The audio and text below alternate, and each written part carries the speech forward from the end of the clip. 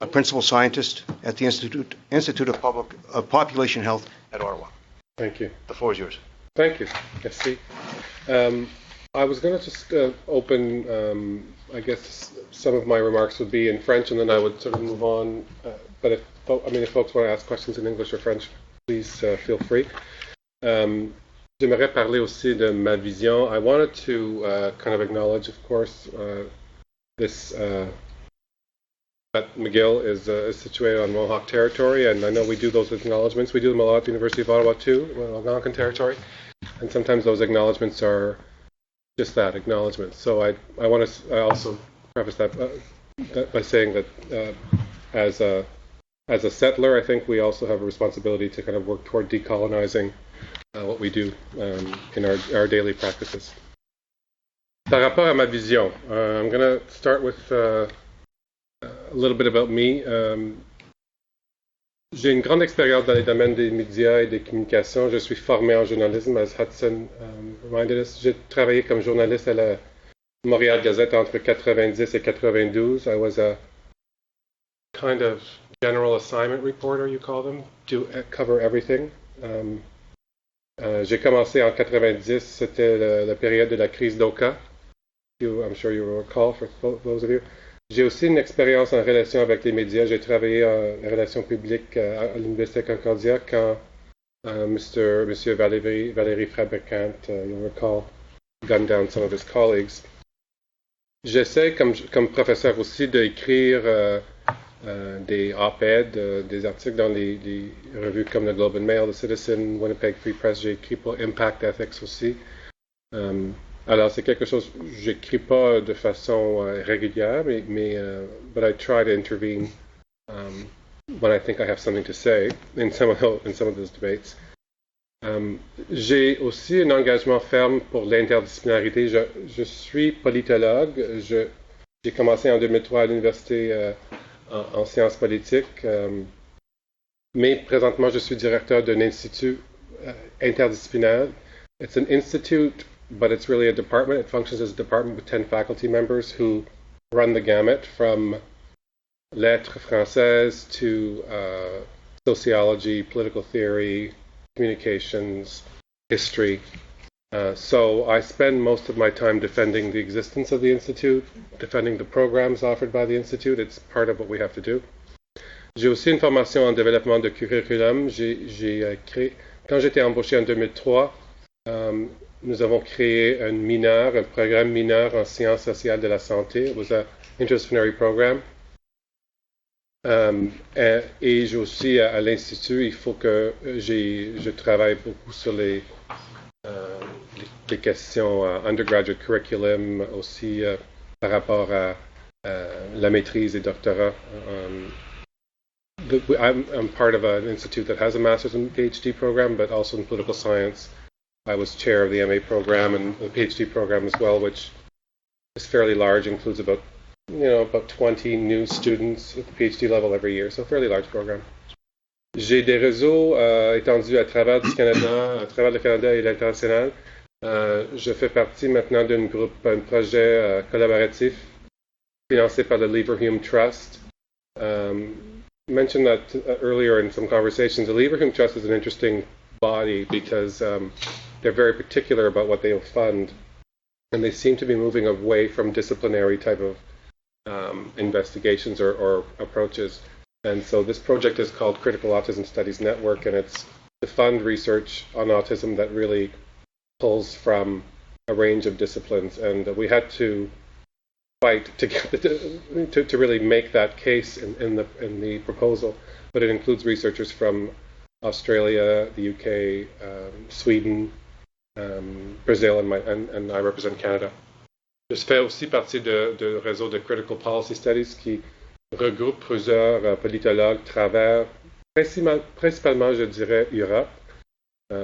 So a little bit about me and a little bit about my interests. You can see from my CV, I'm interested in social movements and I'm interested in civil society writ large. I've become more increasingly interested in art and cultural sort of interventions in the political, and it's one of the products of that is a book that I've quoted it called Mobilizing Metaphor, that really pushes at the boundaries of what we understand as disability and what constitutes disability art, and how that makes an intervention in broader discourses around what constitutes ability in the first place. So that's been fun. I'm happy to see that coming out. I'm also interested in health policy. That's what I've taught and done research on, and what sometimes we call sort of contested illnesses. Done some interdisciplinary work on HIV as well as on autism, and the notion of environmental illness is one as well. Par rapport à mes approches, je suis d'une perspective critique par rapport à les politiques publiques, interpretive approaches you might call them, post-positivist approaches.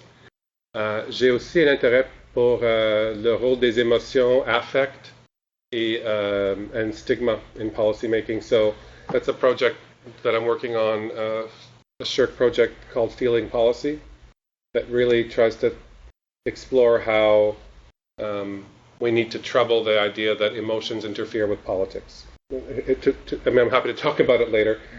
It was a difficult project to get funded, so it was important for me to think more about how discussion of good and bad emotions in politics and in policy making, I think, missed the point. So that was the start for my own thinking.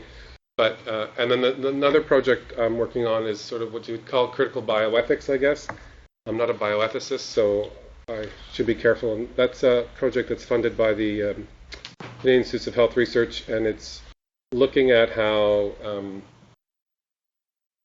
the criminalization of non-disclosure in the field of HIV, which is occupied a lot of attention of law folks primarily, how that has really reshaped the landscape of HIV/AIDS advocacy and has forced, in some way, people who work with HIV-positive people to perform a kind of, or to navigate an ethically charged climate in which they don't know how to counsel people who are HIV positive with respect to their obligations.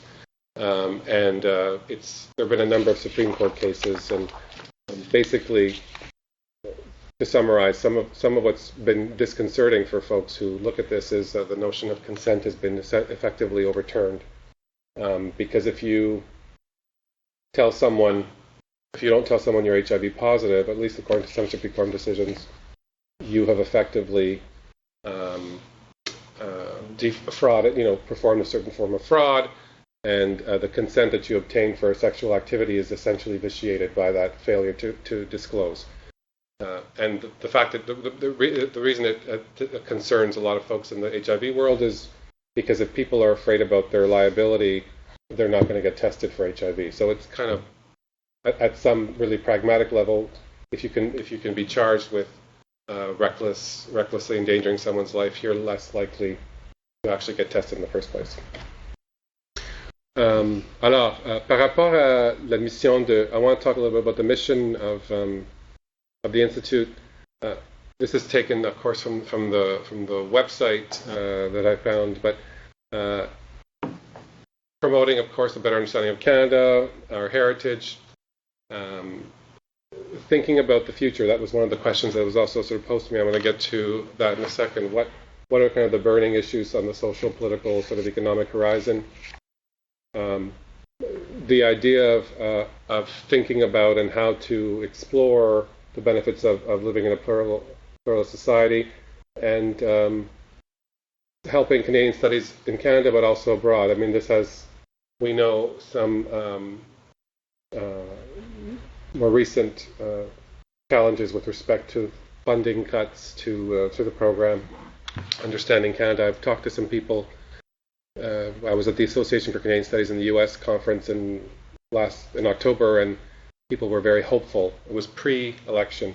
People were very hopeful that this fund would actually would be returned, and if the Liberal government was elected. They haven't announced anything yet, but there were some deep concerns about whether they could hope for a return to that program because it was hurting. And then there was the controversy in the UK with Margaret Macmillan and folks. Alors, pour parler de comment on peut remplir cette mission, j'ajoute, faire preuve d'un engagement critique envers l'approche multidisciplinaire. I think we have to defend in Canadian studies as well. I do that in the context of my current work, a critical approach to interdisciplinarity. I know that's something, I'll talk about that when we talk about the state of Canadian studies, that some folks think is the problem with Canadian studies, that it's just a bit of a grab bag of everything, and that we should really be focusing on Canadian history, and that I'm less, I would say, sympathetic to that view. I do think, though, that a key to MISC as well is that the programs, the academic programs, have to be at the center of what of the mission of the institute. There's no question that links, networks have to be expanded in Canadian studies. I see that. I'm new to the university, so I don't know all the players, of course, but part of that conversation has to be engaging folks who are currently here as a first order of business. I guess the question about what kind of role one plays around big political public policy issues is something that is going to be shared with other units and other institutes at the university. So I think it would be important to find a niche for MISC around some of those issues. I'm a public policy person, so that's something that I'm interested in, but I think that the institute is more than simply a place for thinking through some of these policy issues. J'ajouterais aussi qu'il faut remettre en cause notre conception de notre héritage. Et la traduction de cette phrase est pas, I don't know if it's good enough, but uncomfortable knowledge is sort of what I called it. It sounds much more negative and des connaissances désagréables, but you get the drift. The idea that part of what it means to study Canada means to sort of confront a lot of this knowledge that we are not likely to trumpet or to champion. People call it sometimes the hidden histories of Canada. I think that has to be something that we take seriously and not shy away from. Par rapport à les forces, c'est clair qu'il y a un profil public et médiatique. J'ai discuté aussi durant une des réunions, est-ce que le directeur doit, le directeur comme porte-parole pour l'Institut. I think there's a line between the Institute being the director, being personified as the director, and the director intervening in some of those debates as a scholar, as a director. And I'm comfortable with intervention in media debates, but I don't see necessarily that the singular role of the director is to be in the media for the sake of being in the media, because that would instantly give profile to the Institute. That's not how I think about it. J'ai mentionné déjà les composantes, la composante des programmes universitaires. I don't necessarily have access to the purse strings, but certainly the academic programs, certainly right now with the major program, I know there's a minor in Indigenous Studies. In my kind of dream big world, I would think that potentially some sort of collaborative master's program would be something that would be of interest to students who might be in disciplinary fields. And sometimes the graduate level is where they would like to experiment with a more programme pluridisciplinaire, we call them at the University of Ottawa. As far as the sort of network of researchers at the university, I would think it would be part of my mandate to really expand outside the university as a priority. We talk a lot about sort of we do this at the University of Ottawa sometimes, take advantage of our strategic location in Ottawa. We say that, and then we just carry on with the rest of the day. Nothing really happens. But I think that McGill does occupy a particular place in this context, in a francophone environment, with a strong international student presence, as well as access to a range of different publics. But I'm also concerned that sometimes the challenge is really about making this a less daunting place for people. So maybe that means when you expand, you organize events outside of the campus in a way that brings the campus to folks versus vice versa.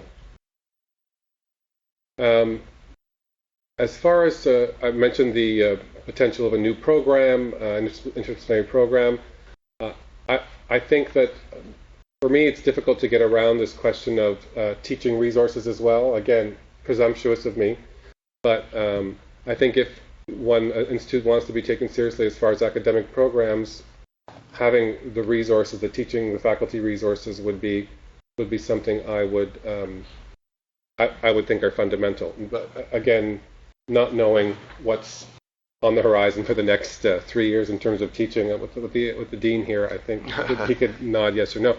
But I don't see at the Institute of Feminist and Gender Studies we have 10 faculty members, undergraduate program, master's and a PhD program, and it's still difficult to offer all those programs with the faculty complement. There are also folks outside the institute who teach. So, but it's fundamental to the integrity of the academic program. And I think that if the academic program, especially at the undergraduate level, is solid and has that credibility, that does the kind of work of outreach of the legitimacy of the institute in some way, because it stands out as something that the institute should be proud of. De mettre la recherche en vedette de manière durable. Oui. Obviously, I see the research as being fundamental to what the institute, how the institute radiates out to the university, but also to the outside world. I would like to think that part of what the institute can leverage is the ability of researchers working in tandem with students as assistants, that there's a stronger kind of culture of research funding, applying for grants. I have a fairly good track record in that regard, and that would be something I would want to bring. I don't see, for instance, why there wouldn't be help for conferences that could come from other funding sources that are provided by the Social Sciences and Humanities Research Council or even or other granting council. So that could supplement the kind of work that happens in organizing conferences at which faculty and folks from outside would present. And also, again, I've mentioned sort of taking the university on the road or taking the show on the road, but the idea that Canadian studies and students as well as faculty members would engage in a kind of outreach and community outreach that would take them outside of the university campus. I participated in some sort of café scientifique, they call them, with CIHR at pubs, and some are better than others, but this idea that you would have conversation about significant public policy issues in an informal setting is something that I think is worth exploring, at the very least. So I talked a little bit about that, but the community engagement, there's no reason why community organizations can't be part of that. There's no reason why, I don't know if students who do stages do them with community organizations or just are they with, I'm not familiar with how that happens, but that can be also a way of engaging students in some of these issues. I would also say the diversity and representation of who is invited to our conferences and who takes part in those conferences has to be something that we explore collectively.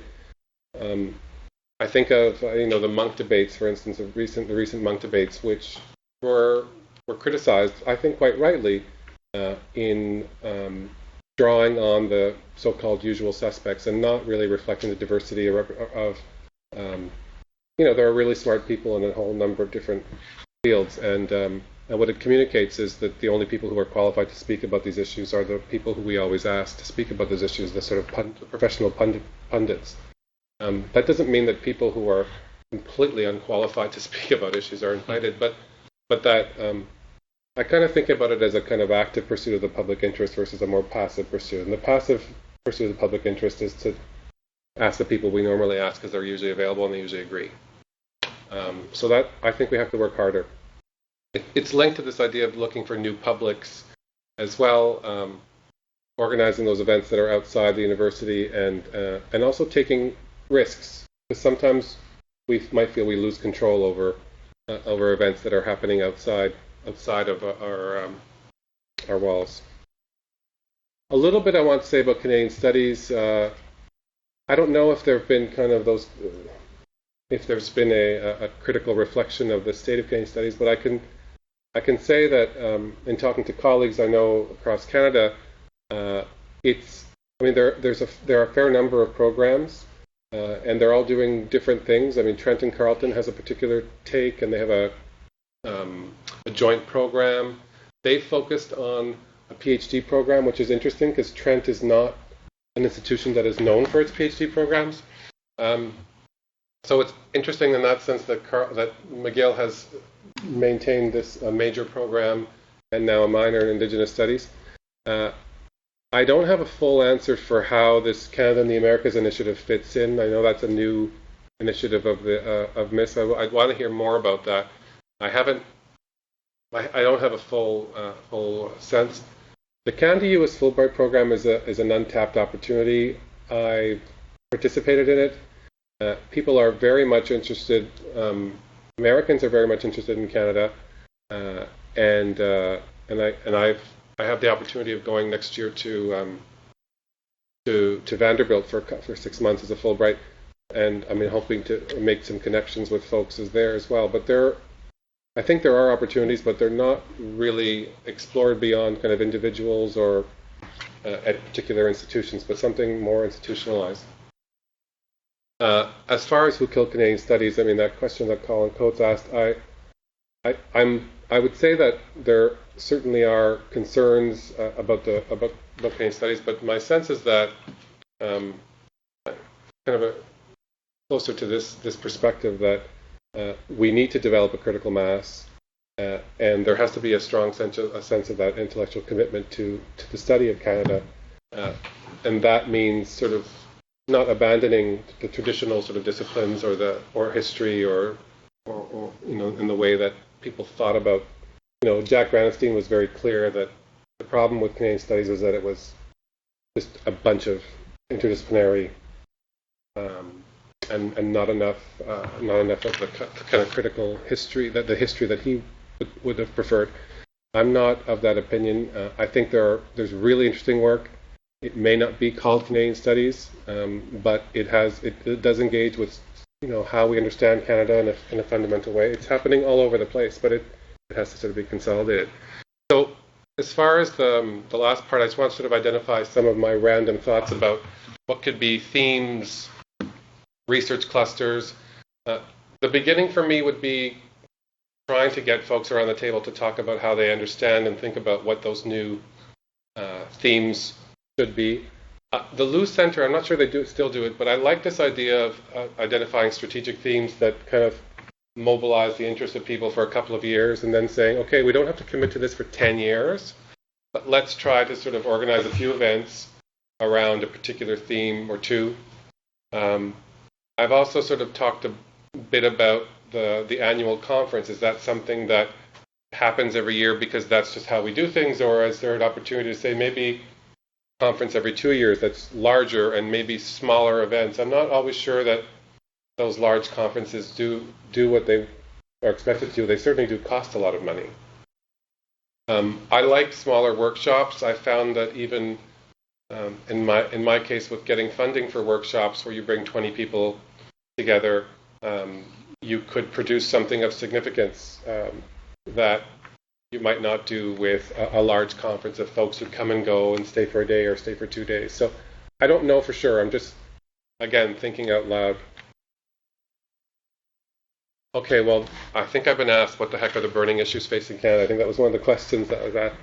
And I tried to identify a number of different areas. I think the question of diversity, I called it thinking diversity for lack of a better term. This is partly where McGill's strategic place matters in the province, in the city, and for sure. But I would like to think that we could move some of the discussions about diversity, not necessarily beyond, but to include different ways of thinking about diversity. My particular interests now have been around the notion of neurodiversity, which people always kind of scratch their head, what the heck are you talking about? But this idea in disability studies that people who have different type of neurological wiring interact with the world in a way that we don't understand. It came through in doing research on autism. And they use this notion of neurodiversity to say, well, it's a different kind of diversity that that we can accept, and we can actually have policies and programs in place to think about how we accept folks who interact differently. I mean, when I first started doing research on autism, I spent a week with a bunch of people, autistic people, and the first thing that became very clear was they didn't like interacting with me. And as a researcher, I really didn't know what to do. I was stumped, because I said, well, the arrogance of a researcher is people want to talk to you. I mean, this is how we sort of approach the world. And so what I discovered in the course of doing this was they had a particular way of navigating this, and so they passed around these badges with color-coded badges that indicated their level of comfort with social interaction. So they had like green, indicating that it's okay, you can approach me. Orange, only if you're autistic can you approach me as another autistic person. And then red, which was back off, don't even come close. And I thought, well, if we could use that in our regular lives, maybe that would. But it did kind of force me to think about diversity in a way that I was just not understanding. Obviously, the diaspora populations are a challenge for thinking about diversity. We know that. I think that there's an opportunity to leverage Quebec's place in debates about diversity integration, but I would think that we have to consider that long and hard about what would that be. I mean, I just saw this new IRPP study that just came out about visible minorities in Quebec and their attachments to Canada, which is very, very interesting to think about. Indigenous relations, settler relations, I know there's a minor program that's just started, but this is not... a lot of us are late to this. I think universities are late to this. So decolonizing the university, decolonizing curriculum, we could be decolonizing for a long time, but it's quite clear that even the way we think about diversity is profoundly rocked by how we grapple with those kinds of questions. The economy and the welfare state transformation, democratic deliberation, and what I sort of didn't know where to put them, I just called them emergent themes, but I'm interested in as well. So just a couple of ideas around thinking diversity. I've been reading a lot on digital storytelling lately as a result of some work on a project.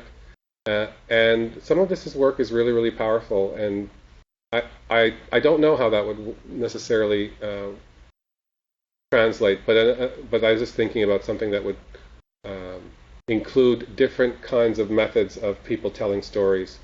And I think the idea of narrative is something that cuts across the arts and humanities as well. And I also think about it in the context of policy debates. I recently waded into some of the debate about assisted suicide and people, and from a disability perspective, and wow, people were very upset that, and it does reveal how polarizing it is. Maybe not in Quebec so much, but certainly in the rest of Canada. So I think thinking about diversity is expanding the tent, and including diversity that goes beyond ethnic difference, racial difference, linguistic differences. But it would go a long way toward the mission to reflect the pluralist society. Oh yes, Kent Monkman is the person on the left. I'm not sure if folks are familiar with him. He is probably Canada's leading Indigenous artist, I would say. And that's his alter ego, Mischief Eagle Testicle, is what he calls. And we had him out for a talk at the University of Ottawa a couple of years ago, because I was trying to think about how the Institute of Feminist and Gender Studies could also expand what it does. And people were kind of like, who the heck is this guy? And I said, no, he's a huge artist. His work is sold for hundreds of thousands of dollars. The Museum of the American Indian bought his work. And he's a painter as well. Sorry, for people who know, I'm sorry, but a classically trained painter who, and a bit of an enfant terrible of the world, of the art world. And 350 people came to the talk. And it was a huge success, but largely because he was extremely articulate about his work as a painter, and how he thinks, what he thinks about Canadian art. He intervenes in debates about what we understand as iconic Canadian art, the Group of Seven, and that kind of thing. So I just had a thought. There you go. That maybe we could use that as a way of thinking about indigenizing the study of Canada without but in a different kind of way by thinking about artistic intervention in that sense. There are other artists. Rebecca Belmore is the person at the right. Her work is really spectacular too. She does a lot of video work. That's a piece called Fountain. She's the person who also who stood outside in the freezing cold in Thunder Bay to dramatize sort of her concern about missing and murdered Indigenous women. Anyway, so just a thought. But bringing, I think, art, culture, and politics into some kind of mix. On economy, state transformation, this is, I guess, an example of what I think are smaller type of events that don't have to be big time conferences. Deliberative dialogues. I'm not always 100% sold on deliberative dialogues. They work in some areas. John Lavis at the University at McMaster has done some good work. But are there potential policy issues that could be the focus of some discussion? There's sort of it's supposed to be kind of an off-the-record discussion. It's supposed to encourage people to move toward common understanding. Yeah, there are all kinds of problems, and people can spend days talking about what's problematic. But, there have been discussions about this guaranteed income that kind of come and go. There's the 20th anniversary of Quebec's family policy that's around the bend, I think, next 2017. I think there are opportunities to talk about some of these issues in more, I guess, smaller, more focused discussions that could be, if there's a evidence brief that's written in advance of it that could be circulated. There are ways in which to do that bring students on board in a way and see key actors who don't have to come to agreement necessarily, and or any kind of consensus. So.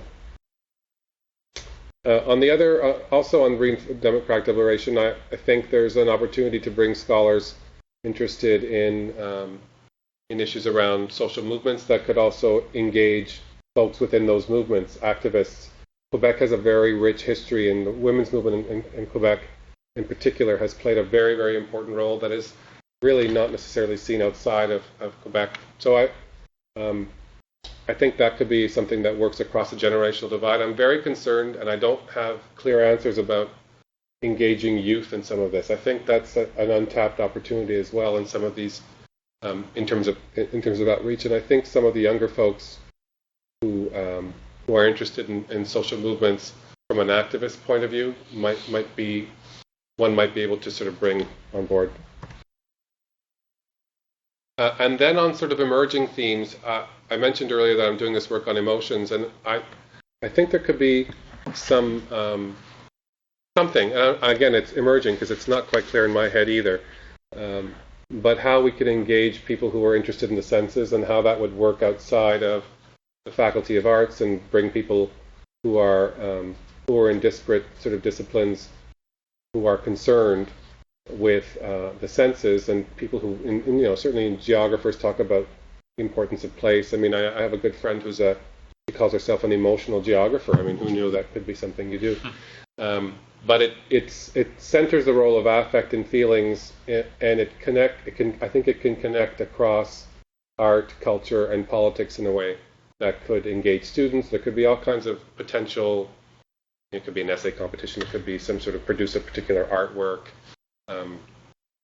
But I called it Sense in Canada, but it could be something else. But I guess it's just trying to think about what we can do to invigorate the study of Canada without reinventing. We can still ask some of the questions that are of concern to Canadianists in a range of fields, and bring folks who might not see their work as being Canadian studies-ish. And then the last one is what I call the politics of care. This, cuts across health, social policy, a range of policy fields, but how can we engage a discussion about the way in which care is implicated in a whole range of policy debates? I've seen it in some of the work I'm doing on disability. People with disabilities refuse the idea that they are receiving care. Politically, that's something that they don't accept or support because it challenges the notion of autonomy. At a transnational level, what does it mean to talk about care work and the obligations people have to those who care for us who are not caring for their families in their home countries? And then is care sort of one of the defining features of the welfare state in a whole range of policy areas. That's the kind of thing I think you can get some support from. A connections grant is for sort of small conferences. Sorry for the typo. You can possibly government support. I don't know if the Chantier de l'économie sociale is still doling out money, but the social economy was something people talked about in Quebec for a long time, but that would be relevant as well. So that too is cross-disciplinary. It engages my own interest also in some of the intersectional approaches that take account of gender, race, and class in a way. It links in with diversity. It does everything I want it to do there. And I mentioned earlier some of the funding sources that could be potentially helpful. I would like, this is probably my bias, but I would like MISC also to be a place where research grants can take shape, and this could be the seed of some of those projects that with undergraduate students can be part of those projects, but also with a graduate program you could see. I think a lot of our graduate students would like that kind of opportunity to be part of these projects. And then the last slide is how I would measure success. I mean, I don't know if I would be given a 90 days, 1 year, 6 months, but a couple of things I would just say is is thinking about the involvement of the university community and not knowing many folks, knowing of some people in the various departments or disciplines. It would be, the question I was talking over lunch, whether it's new faculty, newly tenured faculty, who would be the folks who you would target as potential allies and folks who might get involved. It's clear that people need to see something beyond another meeting they have to attend. So if it's help with even grant writing, if it's help with sometimes even helping people with writing op-eds and those kinds of things can be ways in which you draw them in. Curriculum development is important. This idea of a collaborative MA would be wonderful, and a stage or co-op that outside the university that could engage students with other institutions, cultural institutions, community organizations. I also don't know much about the integration of visiting scholars. My experience as a visiting scholar has always been that people are really nice until you arrive and then they just ignore you. That might be my experience when I go to Vanderbilt. But really thinking about how those folks are integrated, because folks do want to belong in some way. I don't know if you have postdocs, but I had the experience of working with a postdoc the last couple of years who had a Banting, and that was a serious commitment on my part. Just the application is a serious commitment. So thankfully she obtained the Banting, but you have to also actively make the effort to build that community. And I guess I've talked to some people who've also sort of identified that sometimes I don't know what the Eakin Fellow I know teaches a course, but if there was any opportunity for stronger financial support, there might be more applicants for some of those fellowships. If people are on sabbatical, that's one thing, but if they're not on sabbatical, it might be difficult. And I'm very interested in the idea of supporting new publics who are not traditionally engaged by MISC, and I think that's why I think Indigenous folks or people, the event we hosted at the University of Ottawa that had 350 people, a lot of people came from visual arts who never had given much thought to feminist and gender studies. So I think we have to do that, even if it means taking risks and sometimes including folks who might be more controversial or who might ruffle feathers. I'm comfortable with people who ruffle feathers if they commit to, if what they represent it has a longer term impact. And then I guess questions around online profile and media presence in French and English venues. It's not a matter of quantity, of course, in that regard, and it's hard to get the attention of the media for any kind of event. So that would require some effort. And I think I should probably stop there. Have I gone on too long? No, sorry. Not at all. Okay. Thank you, Michael. Thank you. We have time for questions from audiences abroad and here. Oh, we have somebody on. Oh, I'm supposed to turn this off, I think, right? The blue. Okay. Daniel. Rolling.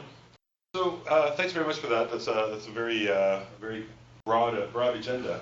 So just by way of being a little bit sort of controversialist a little bit. Yeah. So, in thinking about, there's something that's attractive in thinking about Canadian diversity in a way that isn't just the same old, kind of, the Indigenous, multicultural, Quebec, Canada, integrating. But what would be, so I'm very intrigued by this idea of neurological diversity. Yes. But, why would MISC be the right place to do it? In other words, what is the particular Canadian, it can't be the Canadian studies, or MISC is about stuff that happens in Canada, right? Yes. Like, there's a lot of stuff that happens in Canada which is not distinctively Canadian. And it would seem to me, just to challenge you a little bit, that there's some parts of the agenda that happen to be happening in Canada as opposed to being constitutively sort of about Canada. So how would you respond to that? And in a way, it's a sort of a broader way of thinking about what's in and what's out. Obviously a MISC can't do everything. What is, just to take that example, what is the particularly distinctive Canadian angle on an issue like neurological diversity? Well, I guess the first is that when we think about Canada and diversity, there are particular ideas about what diversity means and constitutes. So I guess at one level, this MISC would be a good place to challenge models and understandings of diversity, full stop. But as far as neurological diversity is concerned, much of the thinking about and some of the important sort of activism around this idea of neurodiversity is happening and has happened in Canada. So it's not just in Canada, but sort of the way in which Canadians are also contributing to those broader debates about neurodiversity would signal to me that it's something that matters beyond saying it's just happening in Canada. But I guess I would challenge the idea that there are certainly what's in, what's out, but it's the idea that we privilege particular kinds of ways of thinking that would be the starting point for that discussion. And if you think about neurological diversity, how does that challenge the ways in which we think about accommodating other forms of diversity and how the welfare state does that? So in the context of neurodiversity, it means saying the universal health care and universal the basket of goods that we receive through sort of universal insurance would not necessarily include programs that help kids become less autistic, for instance. That's controversial for a lot of folks. But if you accept the idea that people are neurologically different and hardwired differently, then that means you open a space for discussing that, and it has implications for how we redistribute welfare and goods. But it's fair to say that not everything is in. But I think it's more kind of something de base about the dominant frameworks we use to think about and diversity that, for me, is the entry point for some of that discussion. Other questions? Yes, Jim. I have one. No, sorry. Totally different take on things. What do you have in the way of administrative support at the Institute which you work for? Oh, yeah. Two folks working at the Institute. There's a kind of more administrative assistant, and then there's a office manager, so to speak. So it's okay. It's limited. I mean, I have certainly research assistants who I work with on a regular basis on projects, but it's a lean operation, to say the least. Yeah. So to set up conferences and things like that, is that much? It depends on the project. Like I've organized, I guess, 3 or 4 conferences in the last little while, and I've had some research assistant support on some of that. But I'm particular, for instance, about the catering, so I might say I'm going to call and order the sandwiches or something like that. But the support staff would not assist with planning, organizing conferences, because that's something I would be doing as a researcher or professor versus being as a director of a unit. But usually, with some graduate student support, that's been possible. And as a follow-up to that, colleagues who are part of the teacher, who are attached to the institute, yes, profs, are they part of any planning process? Do you have like committee of some sort? Oh, yes. As far as all events that we organize, we have an assembly, or what do you, Yeah, an assembly. what do you call that? Yeah, a departmental assembly, or and so all decisions about the allocation of funds for any conferences are made by the full membership. Because it's smaller, it's easier than like a department of 48 where you have a committee that deals with this and a committee deals with that. So we've been fortunate in that regard. I think what we do also on alternance is we have a Shirley Greenberg lecture, for instance, every year, and so there's a committee that decides who the Anglophone is going to be, and then the following year Francophone, so that it would be easier to just line up Anglophone speakers for the next 10 years. But there's a commitment to seeing a diversity in terms of the representation of leading feminists or leading scholars. So we had Marie-Claire Blais, we've had Anissa Bamsouin, but it's more challenging to find Francophone folks for sure. Anne. Hi.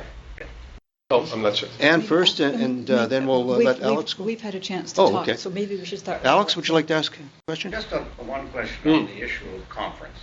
As I understood you said you made up your mind, but should we have annual conference?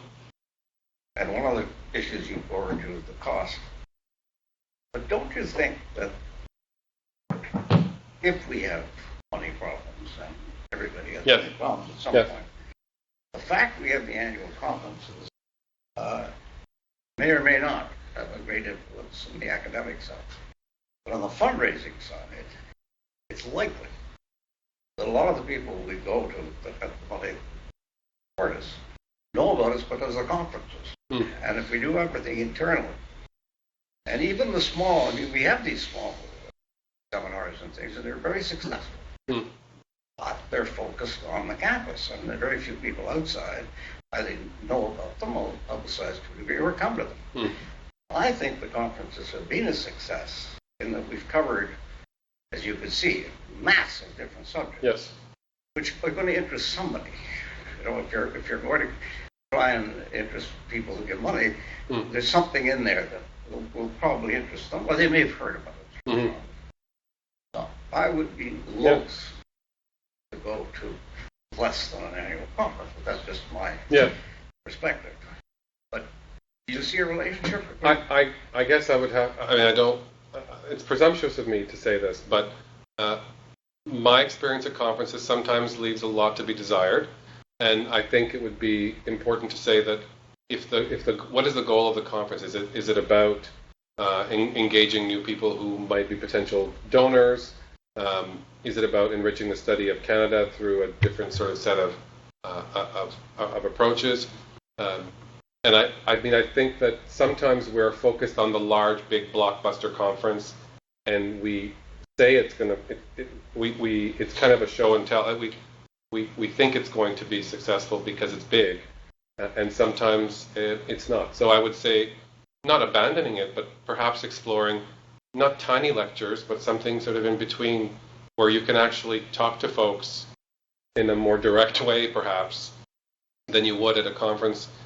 Sometimes those conferences encourage a kind of participation where you could slip out after one talk, and versus sort of a more focused, some of those more focused workshops really encourage people to be engaged for the entire day or two. So, but I hear you. So yeah, I'm not pretending at all we should have conferences to raise money. But when this organization started, we thought we had a lot of money. We did. But we spent it fairly fast, and we weren't going out raising money because we thought we had the sugar daddy of the thought that we need. The last few years, that's become self-evident that we now have to be capable of raising money in a different way than we did in the first. That's all my point is. I think if we pull back from the coverage we get from the conferences, we may find when we go to raise money, we've done something that hasn't happened. Sure. And I understand there's an evaluation happening, so maybe that would be something that also becomes the focus of that discussion, that if people are saying the conference is the thing, is the sort of focusing event that frames how I think about MISC and its contribution, then I think that's the answer. I would just say sometimes it would be worthwhile to question the received wisdom about some of those things. Can I be so bold as to Yeah. say a few things? I used to work for the Dean of Science office. I used to be the Trotsky Symposium coordinator, as well as I used to organize many science for the Faculty of Science. And the Trotsky Symposium was, it receives funding from Lawrence Trotsky. He's a major benefactor from McGill. And the thing with the Trotsky Symposium has become one of four major public lectures at McGill. And they have 750, 850 people. It's become so big, they can't even host it at McGill anymore. They Oh, wow. go off-site. It's a very popular annual conference. It's live streamed on the web. They crashed McGill's website 1 year. Wow. So now it's delayed broadcast. Only a select few get to view the live broadcast. And they tape it so that it goes on Canal Savoir for a future broadcast. Oh, wow. So, this major public conference, it's open to the public, and I understand that MISC, one of MISC's mandates is public education. And I don't see why MISC could not do like a mini Canada series. It's very popular when you have mini law, mini science, mini music. I don't see why McGill... like a summer type of... It happens during, and it's public outreach. It happens at some point in the fall or spring. And with mini science, we would have about 150. It was always sold out, and they pay. People would pay about $115 to attend each, and it was a 7-week public lecture series. It was very popular. That as well was taped for broadcast on web, as well as Canal Savoir. And 1 year, the mini science that I organized was broadcast in France. Oh, wow. So, can you imagine the people, the outreach by organizing like a mini Canada series, an annual mini Canada And who series? delivered the content for that was just... For mini science, when I was the mini science coordinator, we had a organizing committee with the dean, and he basically... and then when Lauren Trotsky started Faculty funding members. mini science... But it's Faculty members. Faculty. Yeah. It's faculty members. Yeah. Professors. Well, it was primarily the dean of science who would decide what the topic would be, and he'd say, "I'd like you to approach this professor," and it was very popular. I can see we have a goal to crash the McGill website. Seriously. Michael, we know you have to leave. Is there a question you'd like to ask at this point? It's kind of, I'm not sure I'm going to formulate this quite right, but I didn't hear much in your talk about a kind of political agenda at the national level. We have a new government, and I'm just curious as to whether you see that there are issues, public policy issues that government's going to be facing or wanting to address, that you think that that MISC would be an interesting venue to pursue a discussion about that. Yeah, I mean, I think this would have been easier to identify had the results of the election been different, because the Trudeau government has sort of embarked on a number of different areas of interest. But I still think I mentioned earlier the reference to the diaspora. I mean, I think that really does change. I mean, to think about Canada in the context of diaspora populations and an increasing Indigenous resurgence alone could occupy a federal government for a long time. I mean, certainly issues around the environment and the interaction between environmental issues could be the focus of some of the deliberative dialogues. But I guess I would almost say that the role of MISC is even more significant because there's a tendency to have a fairly giddy optimism about this government and what it can do, and people are having a lot of difficulty even finding negative things to say. It comes back to the sort of thinking about the role of emotions and affect. I mean, there is a sense of the sort of sunny way optimism. So I mean, I think but the questions even around the welfare state and care relationships, those are not issues just for people interested in gender or people. Those are fundamental issues to how we think about the role of redistribution in the welfare state that need some sort of airing. I don't think we're done with the debates about assisted suicide, even if they seem to be settled in this province. But Yeah, I mean, I guess in some way it's not about identifying one or two issues, but really casting a critical lens on what I think many people will be perhaps a little more reticent to do because they might be politically relieved that they've thrown the rascal out, so to speak. I'll ask you something Sure. different. I Yep. don't have the. I haven't really thought much about this, but I don't have the impression that MISC has been a leader in terms of Canadian studies program. And Ann and I were talking a little bit about this, and I wonder even if the name of the institute as an Institute for the Study of Canada rather than the McGill Institute of Canadian Studies. So one, is that your observation, and if so, does that matter? And do you see a role for MISC in being more of a leader in terms of Canadian study? I guess that reveals my bias in some way as an academic, but my sense is that I'm surprised that for whatever reason, I mean, I haven't been here to witness the history, but that some universities seem to be leading, or other universities seem to have taken the program side much more, academic program, undergraduate, graduate programs more seriously. I would think that those universities are or have fewer resources and would have more difficulty mounting those programs.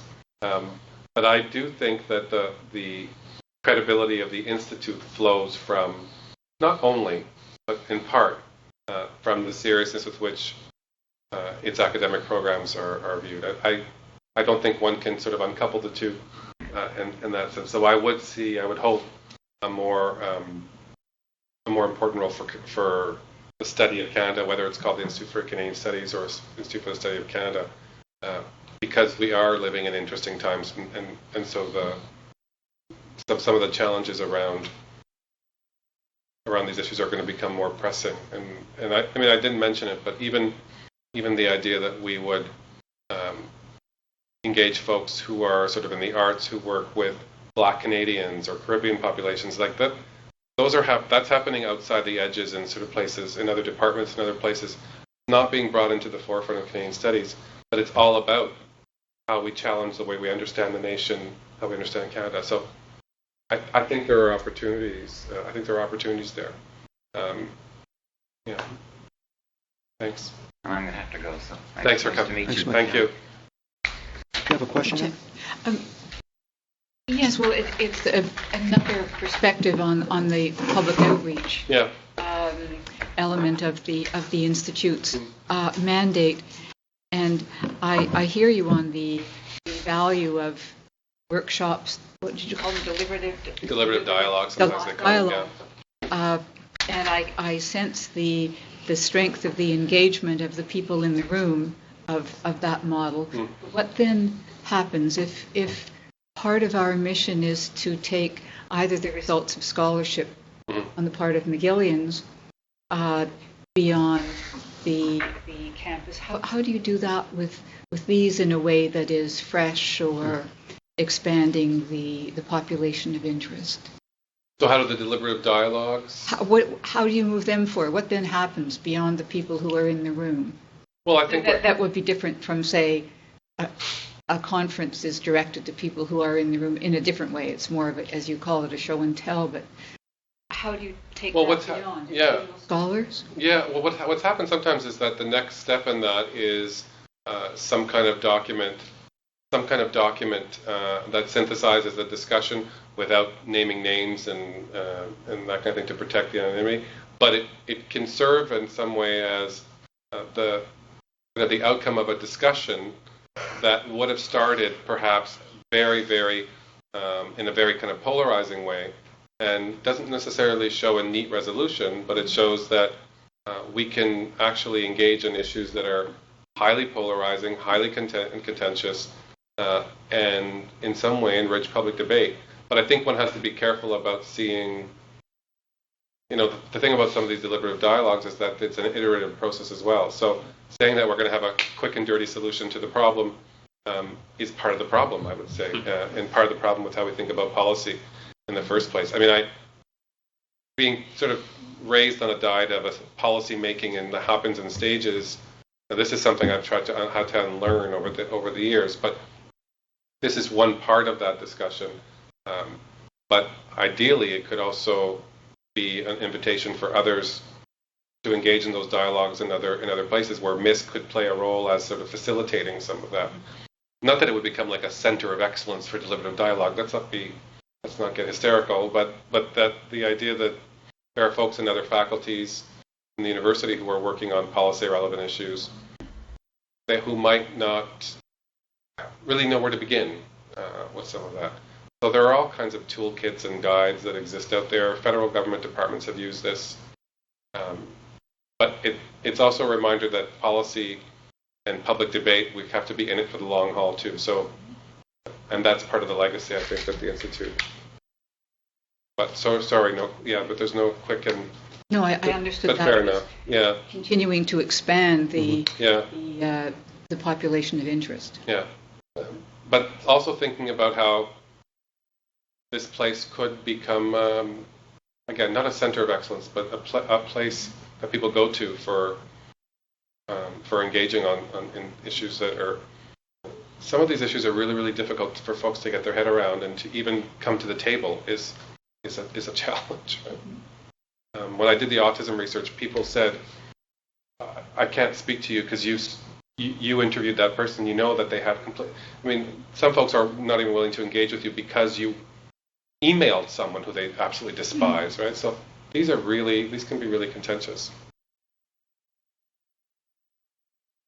Michael, if you were to offer a course or two in Canadian studies, what would you teach here? Yeah, I've given some thought to that.